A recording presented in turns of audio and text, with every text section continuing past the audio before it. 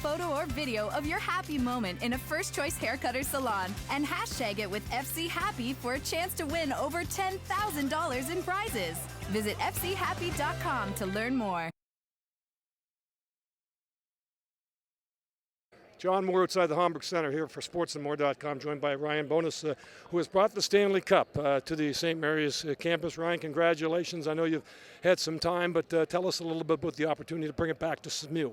You know what, this is an important part of my day when I found out I was getting a day with it. St. Mary's was four of the best years of my life, and it was important to me to bring it back and share it here for a little bit with the people that meant so much to me, and of course my former teammates. I wanted to get as many of them here as I can to get a little bit of time with it, because they're a huge part of my life, and it was important for me to bring it here. Just spoke with your dad. He's been chasing that cup for many, many years. He says 42 years, and yet here you are, 7 years into a career, and you've got it your first. You know what, I really kind of feel bad about that part of it. He, first and foremost, he's a dad, and he's the best dad in the world, and as a dad, he's a Stanley Cup winner every year, so that's what's the most important thing. You know what, he was there on the ice tonight. We won with us. Obviously, being a coach for a different team, he was a little bit standoffish, but it was important for me to. The best part about the night in Nashville when we won was having my mom and dad there and be at the party and be able to share that with them. But it's an important thing for our family. Obviously he's not the first one to win it. I am, but at the end of the day, it's about your family, and that's what's the most important. He tells me that it was a difficult decision to leave the Winnipeg organization to come to Pittsburgh. Can you expand on that? And obviously, it certainly would appear this has been the right decision. It was probably the hardest decision I've ever had to make in my life. I have such a strong affirmation and an admiration for the people in Winnipeg, the people that run that organization. It's first class the whole way. They treated me with utmost respect and class the whole time I was there. And I was there when we moved there from Atlanta, so I was there when that team built from the ground up. So the Jets still always will hold a special place in my heart. But as you said, it was an important decision I had to make, and I made it, and it was the right call. All right, a couple quick questions before I let you go. One, the Sidney Crosby, of course, going to get a chance to parade it, I believe, on Natal Day. The player he was in your lineup this year, obviously, he had an unbelievable season and accomplished so much. Yeah. You know what? I wouldn't be here. We wouldn't have a ring if it wasn't for Sid. I mean, it's amazing to me, my first year being with him. I've known him since we were teenagers, but to be around him in that environment and around him during the finals and just watching the look in his eyes every day, and he was so determined. And, the way he leads our team, the way he runs that dressing room on, off the ice, it's just, you can't say enough good things about him. And as I said, we wouldn't be standing here today if it wasn't for him, and that's probably the biggest understatement I could ever make. So.